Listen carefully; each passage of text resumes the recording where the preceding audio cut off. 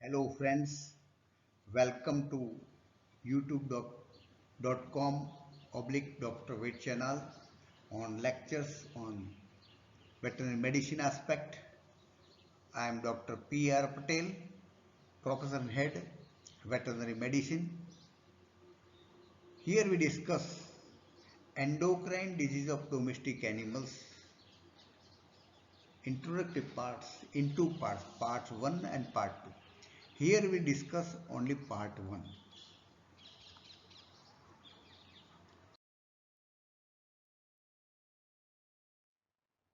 The endocrine diseases are narrated in various articles, various blogs, letters, and various books under the several names as endocrine disorders, endocrine imbalance, endocrine malfunction, endocrine hyperfunction when there is excessive secretion of the hormone, endocrine hypofunction when there is significant reduction in hormone secretion. Same way endocrine excess hormone secretion or deficiency of hormone secretion. But here we consider this as the same as that of endocrine diseases, and we pay more attention to the endocrine diseases of dogs and cats.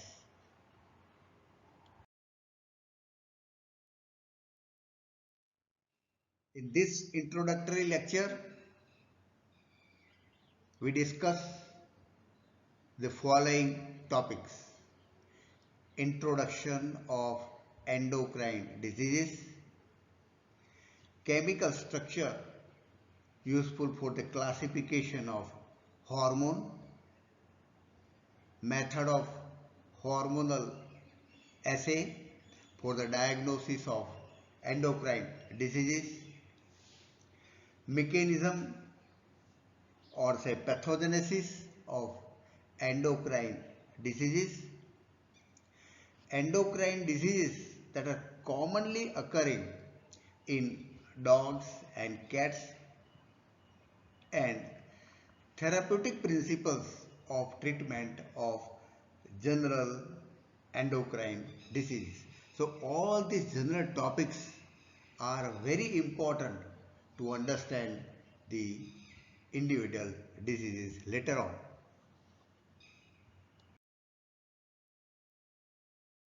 You know very well that endocrine glands are ductless glands. There is no duct. But these glands are highly vascular tissue, plenty of capillaries. So endocrine tissue that releases variety of hormones into a blood circulation directly and immediately for the action. The important endocrine glands in the body are pituitary gland, thyroid gland, parathyroid gland, adrenal gland, pancreas, testes and ovaries. In the subsequent videos, we will discuss the individual diseases of disorders of these endocrine glands. The hormone secreted directly poured into the circulation, and hormone travels to the distant target organ. There are certain target organ for immediate action. So here secretion is also very fast, circulation is also very fast, and action is also very fast.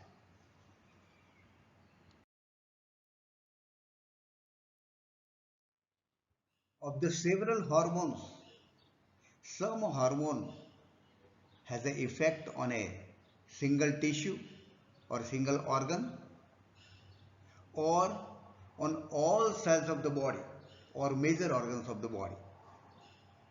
There are several non-endocrine tissues also.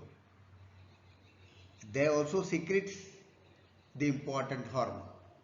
Example, erythropoietin from kidney,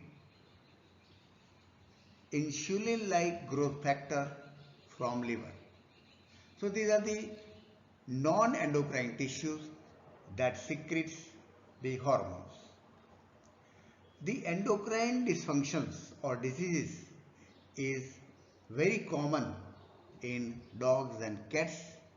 Though diseases are very few, we discuss only the important diseases that occur in dogs and cats.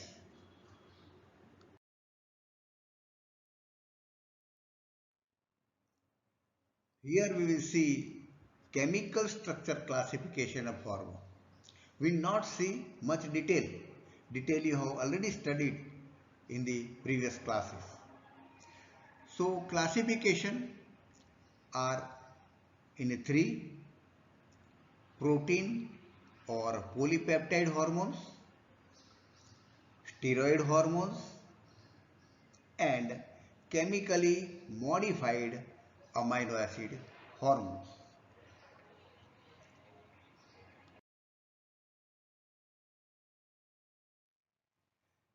Several hormones are protein or polypeptide hormones.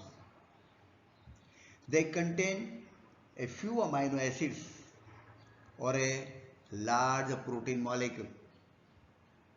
Some of the examples are adrenocorticotropic hormone called ACTH, secreted by the pituitary gland, insulin from a pancreas, and parathyroid hormone. These are the protein or polypeptide hormones.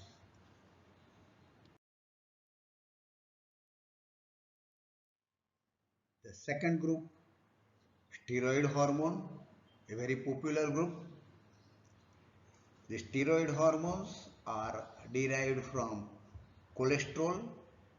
They are synthesized from cholesterols by a series of enzymatic reactions. Some examples: hormone of adrenal cortex, testes and ovaries.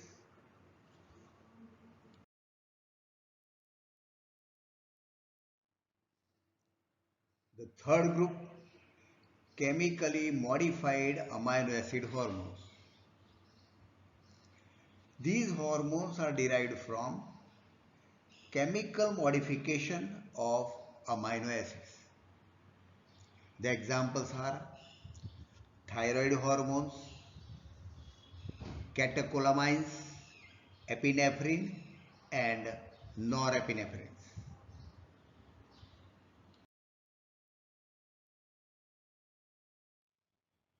There are many methods, laboratory methods of hormonal assay for the diagnosis of endocrine diseases, but here we narrate only few that are very useful and popular and accurate. Radioimmunoassay, using an antibody directed against the hormone and a radio labeled from the hormone. So this is useful, but this is a old method. The use of radioactive tags for detection of very low concentration of hormone. Another method is non-radioactive tags, and the most latest method is sandwich ELISA. From the name sandwich, it quantifies antigens between two layers of antibodies. So name is given sandwich. That is capture layer and detection of the antibody. This is the most latest method, sandwich ELISA, more accurate method also.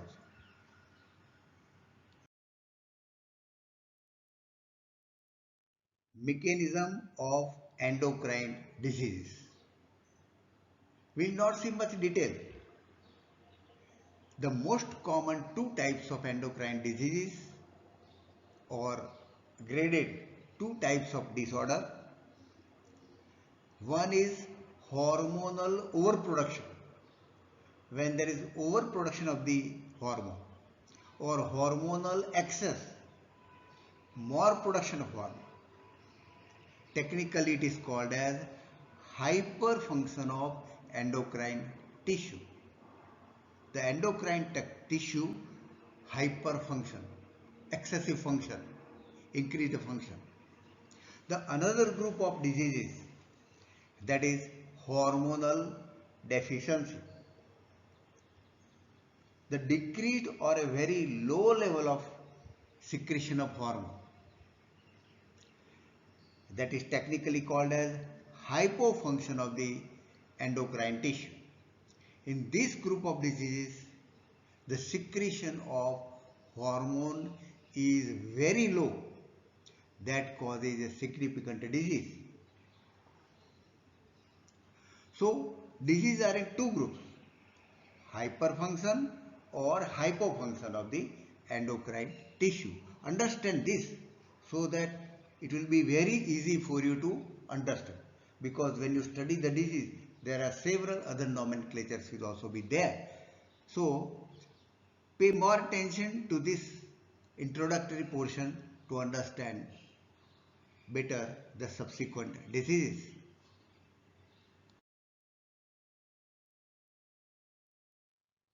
We have seen one group of disease, that is hormonal overproduction or hormonal excess or hyperfunction of endocrine tissues.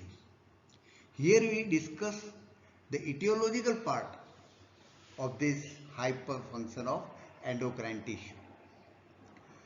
One etiology is the primary cause. The word primary suggests that there is fault in the tissue producing the hormone. If there is tumor or hyperplasia, adenoma or hyperplasia of endocrine tissue, and they produce excessive quantity of the hormone. So here primary cause means the fault or defect or the problem is in the endocrine tissue. The another group of etiology is secondary cause. If there is neoplasia in secondary location, not in the endocrine tissue, but at the other places in the body, secondary cause. So the secondary cause stimulate endocrine tissue to produce more quantity of the hormone secretion. So in the secondary cause, the cause is not in the endocrine tissue, but the cause is at other place than the endocrine tissue. So they are secondary. Some of the examples of the primary causes are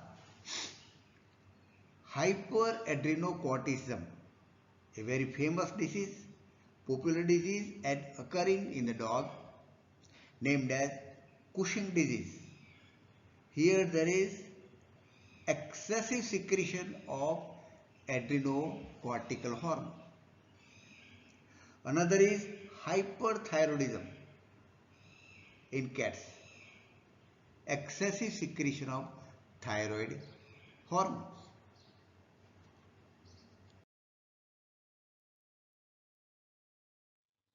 We have seen the etiology of the hormonal excess or hyperfunction. Here we will see etiological part of the hormonal deficiency, decreased secretion of the hormone, that is hypofunction of the endocrine tissue. Here the decrease of the hormone secretion to such a level that it produces clinical manifestations, and this is due to destruction of the endocrine tissue or due to autoimmune against endocrine tissue. So sometimes there is development of antibody, autoantibody against the endocrine tissue, and that causes the destruction of the endocrine tissue.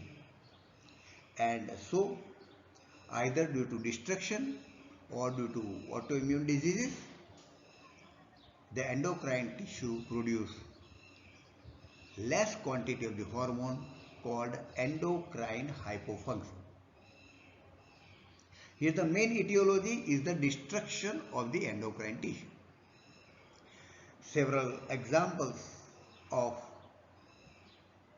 hypofunctions are canine hypothyroidism, decreased thyroid hormone; type 1 diabetes mellitus. There are two types of diabetes, type 1 and type 2. So here type 1 diabetes mellitus. Primary hypoparathyroidism, primary hypoadrenocorticism. So understand this etiology to understand the subsequent disease in a better way.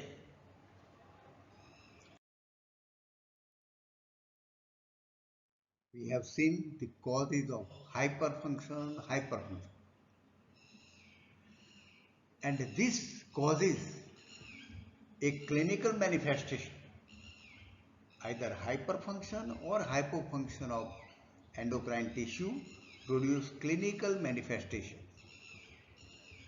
and there is two mechanisms or main pathogenesis.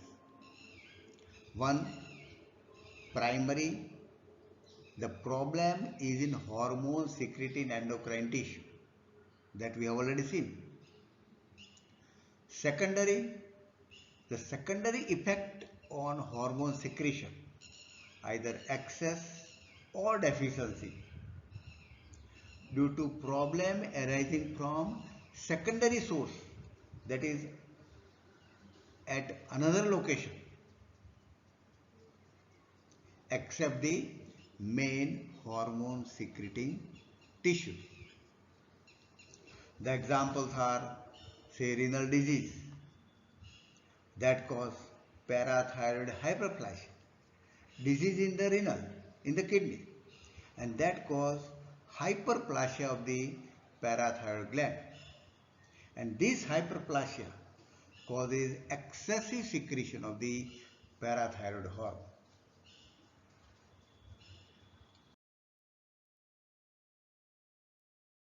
Friends, you have paid attention to this introductory videos. This is very much important to understand the subsequent endocrine diseases. Requested to share this information to veterinary students and veterinary friends. Press like button. Please subscribe this channel to promote the channel. Thank you very much for observing this video.